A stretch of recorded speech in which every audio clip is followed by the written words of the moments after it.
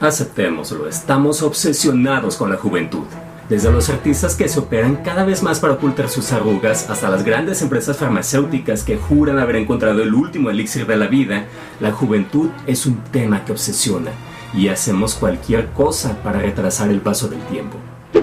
¿He dicho cualquier cosa? En ese caso, ¿qué tal si hacemos un trato?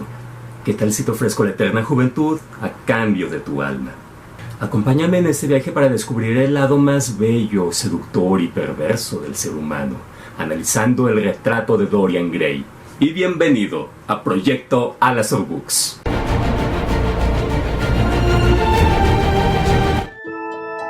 El vicio y la virtud son para el artista los materiales del arte.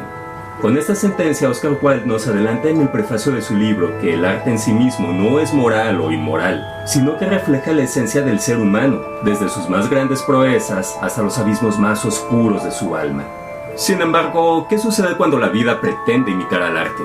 Bueno, eso es justo lo que se propone nuestro protagonista, Dorian Gray, quien aprovechará su eterna juventud para saciar sus más oscuros deseos. Para comprender mejor este libro clásico, he dividido ese video en 3 partes. En la primera me dedicaré a hacer un breve resumen de la obra sin spoilers. En la segunda explicaré algunos detalles importantes sobre su autor, Oscar Wilde, sobre la publicación de la obra y sobre las polémicas que levantó en su tiempo. Y en la tercera parte me dedicaré a analizar ciertos aspectos literarios que hacen que la obra sea tan vigente hoy en día como lo fue hace más de 100 años. Muy bien, comencemos.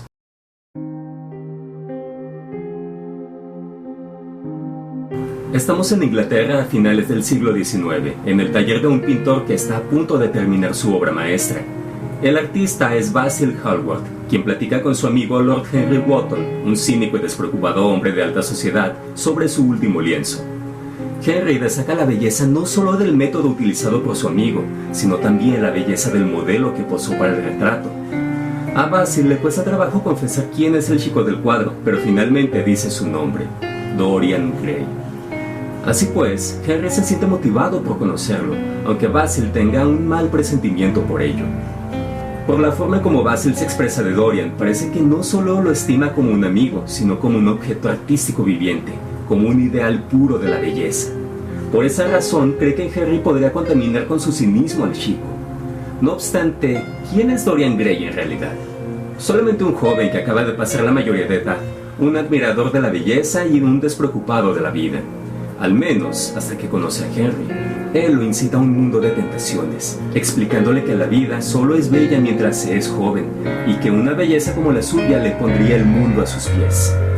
Esta plática aparentemente casual le provoca una crisis existencial a Dorian, quien se vuelve consciente por primera vez de que su juventud y belleza desaparecerán más pronto de lo que piensa.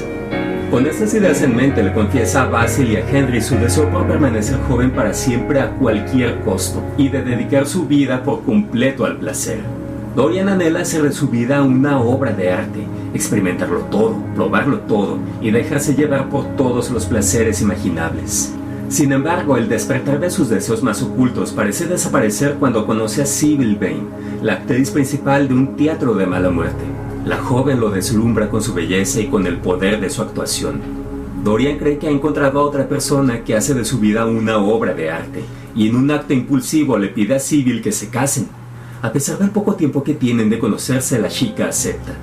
Todo parece felicidad en la vida de Dorian, hasta que una serie de eventos desafortunados lo hacen cambiar de opinión. Sybil desaparece de su vida, y es entonces cuando su hambre de placeres aparece nuevamente. Si no puede tener una vida en casto matrimonio, se dejará llevar por sus deseos más perversos. Es en este momento, cuando Dorian ha dejado salir su lado más oscuro, cuando descubre algo extraño en el cuadro que le pintó Basil. Las expresiones de la pintura han cambiado. Dorian no tarda en comprender que alguna fuerza sobrenatural ha escuchado sus súplicas, así que guarda celosamente aquella obra de arte que envejecerá en su lugar, que recibirá todas las consecuencias de sus actos. Los pecados de Dorian se verán reflejados en el lienzo para que él pueda hacer de su vida una obra de arte, y como tal, alejarse de la virtud que alguna vez conoció.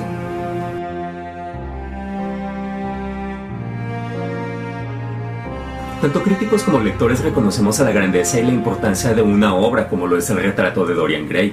Por eso, cuesta trabajo creer que en su época el libro tuvo muy pocas ventas y la crítica la destrozó. Pero, ¿por qué sucedió esto? Para saberlo debemos conocer el origen del libro. Pero antes te recuerdo que si te gusta mi contenido y quieres ver más videos como este, te suscribas al canal, dejes un comentario y actives las notificaciones. Verás, al final de la década de 1880, el editor estadounidense Joseph Marshall Stoddard viajó a Londres para buscar nuevos talentos literarios. Stoddard trabajaba para el Lindicott's Monthly Magazine, una revista con sede en Filadelfia. Tomemos en cuenta que ese era el mundo editorial de finales del siglo XIX, así que si un autor podía publicar tanto en Europa como en América, se le abriría un mundo de posibilidades en el mercado. Es como si la editorial Planeta te buscara para hacer un contrato con ellos y que tuvieras exposición tanto en Estados Unidos como en Europa. Algún día. Como buen editor, Stoddard tenía ojo para los talentos emergentes. Así fue como eligió a 3 autores consagrados de la época: Arthur Conan Doyle, creador de Sherlock Holmes; Rudyard Kipling, el escritor del Libro de la Selva; y finalmente a Oscar Wilde, un muchacho que empezaba a ganar popularidad con sus poemas. Desde antes de que Stoddard conociera a Wilde, este autor ya tenía una gran inclinación por los temas del arte y la estética. Pero no solo trataba estos temas en sus textos, sino que también quería aplicar las mejores técnicas literarias para darle la belleza necesaria a sus propias obras. De hecho, se dice que Oscar Wilde no escribió una sola línea mala en toda su vida, y parece que el retrato de Dorian Gray es muestra de ello. No solo son sentencias bastante claras sobre lo que él considera que es arte y lo que es bello, sino que también el estilo literario que utiliza es como si cada palabra estuviera en el lugar correcto. Otro gran ejemplo de su maestría literaria la demostró en 1887 con la publicación de su libro El Príncipe Feliz y otros relatos, una compilación de historias que él mismo le contaba a sus hijos. Sobre estos cuentos cabe destacar que apareció también El Ruiseñor y la Rosa, un clásico que ha trascendido las épocas y del cual te dejo el audiolibro aquí mismo. Así pues, con el apoyo de Stoddard y un prometedor futuro literario, Oscar Wilde terminó en 1890 El retrato de Dorian Gray, una historia gótica que trataba la dualidad de un hombre en apariencia perfecto, pero cuya corrupción estaba encerrada en su retrato. El tópico literario de la dualidad, también conocido como doppelganger, ha sido ampliamente explorado por la literatura, especialmente por la gótica. De hecho, otro tipo de autores góticos como Robert Louis Stevenson ya habían tratado esta temática en obras como El misterioso caso de Dr. Jekyll y Mr. Hyde. Sin embargo, el retrato de Dorian Gray renueva este tópico por completo y nos muestra desde un punto de vista diferente lo que significa la dualidad. De hecho, podríamos decir que se adelanta a la idea de no solamente el hombre moderno, sino el hombre postmoderno. Oscar Wilde se adelanta bastante a su época, pues nos habla sobre la historia de un hombre que vive de apariencias, en donde su lado más oscuro, su lado real, por así decirlo, está oculto, está en otra parte, y la cara de la sociedad es totalmente perfecta. Y sobre esto, ¿no les recuerda algo que pasa en redes sociales?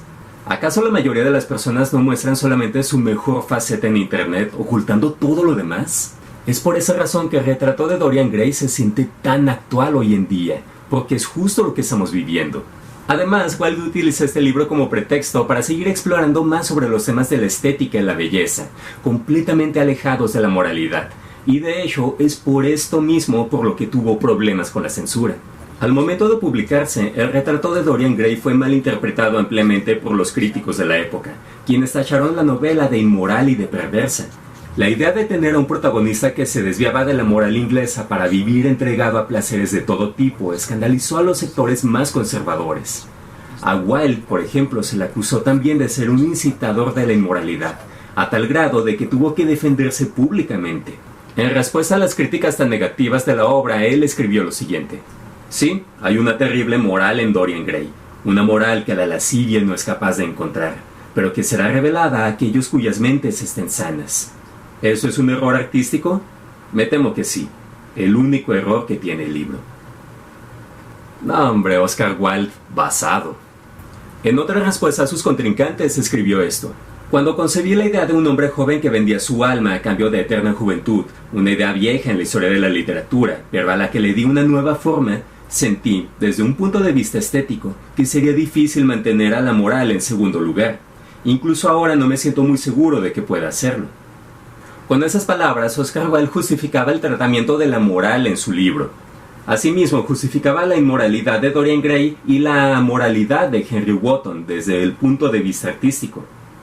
Como señala el mismo Wilde en su prólogo, el arte tiene que escapar de la moral, tiene que ser independiente a ella. De cierta forma, el prólogo del libro funciona algo así como un disclaimer de Oscar Wilde, uno muy bellamente escrito, por cierto. En sus palabras, ningún artista tiene simpatías éticas. Una simpatía ética en un artista es un imperdonable amaneramiento de estilo. No obstante, este tratamiento de la moral como tema, casi como objeto de estudio, no fue comprendido en su época. Es algo parecido a cuando intentan acusar a Quentin Tarantino de hacer una apología de la violencia en sus películas, cuando realmente utiliza la violencia con fines estéticos y narrativos. No obstante, el paso del tiempo le dio la razón a Wilde, y su obra se convirtió en un clásico indiscutible, además de que su protagonista se convirtió en el símbolo de este deseo tan antiguo de la humanidad, el de la eterna juventud.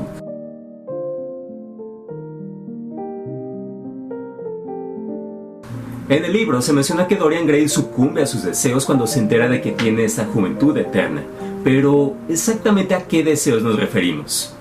Después de enterarnos de lo controversial que fue el libro en su época, nos imaginaríamos que Oscar Wilde describió todo tipo de deseos prohibidos. Sin embargo, esto no es así. En realidad, más allá de algunas insinuaciones y de un momento choqueante, el libro no ahonda tanto en qué es lo que hace Dorian. Esta decisión por parte del autor no tenía como fin solamente eludir a la censura, sino que había un fin artístico detrás de todo esto. La idea era que cada lector rellenara los espacios en blanco con sus propias ideas de lo que eran los deseos prohibidos.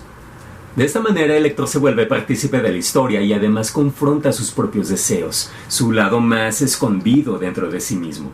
Pero ahora analicémoslo desde el punto de vista más psicológico. En realidad, desde los estudios de Carl Gustav Jung, el retrato de Dorian Gray, el cuadro en sí mismo, vendría a ser lo que él llama la sombra. En la sombra es donde residen nuestros miedos y nuestros anhelos más ocultos. Y esta es una parte muy importante del ser, una que no tiene que ser eliminada, sino que tiene que ser comprendida más bien. Y eso es muy importante, ya que de otra manera la sombra podría convertirse en algo peligroso incluso, en un deseo reprimido que podría explotar de la peor forma posible. Y es por eso por lo que existen violaciones, violencia, manifestaciones de la sombra que devienen en un mal para la sociedad. Y en el caso de Dorian, su retrato es precisamente eso, la sombra, que poco a poco se va alimentando cada vez más y se va transformando en algo monstruoso. En ese caso habría que preguntarnos si Lord Henry manipuló a Dorian hasta convertirlo en un monstruo, o si por el contrario simplemente despertó su sombra junguiana, aquello que ya estaba oculto en él. Si nos inclinamos por el primer caso, diríamos entonces que el ser humano es bueno por naturaleza, y es a la sociedad, en ese caso Henry, quien lo corrompe. Pero si nos acercamos al segundo caso, entonces estaremos más de acuerdo con Nicolás Maquiavelo en decir que el ser humano es malo por naturaleza. Oscar Wilde no ahonda demasiado en ello, sino que nos pone a nosotros, a los lectores, en la piel de Dorian para que lo completemos. En realidad piénsalo, siempre queremos ser los buenos de la historia, siempre queremos creer que somos los que tenemos el sentido común, que no nos dejamos guiar por modas o vanidad, pero ¿qué tanto de esto es cierto? Y nosotros sabemos que la belleza y la juventud nos importan a fin de cuentas, que son elementos que el tiempo se llevará poco a poco. Así que si se nos presentara la oportunidad de Dorian, ¿la tomaríamos? Ahora coméntame, ¿qué te ha parecido el retrato de Dorian Gray? ¿Te gustó este libro? ¿Qué más has leído de Oscar Wilde? Déjamelo saber aquí abajo en los comentarios. Esto ha sido todo por el momento, herederos de Alastor. Nos vemos en la próxima.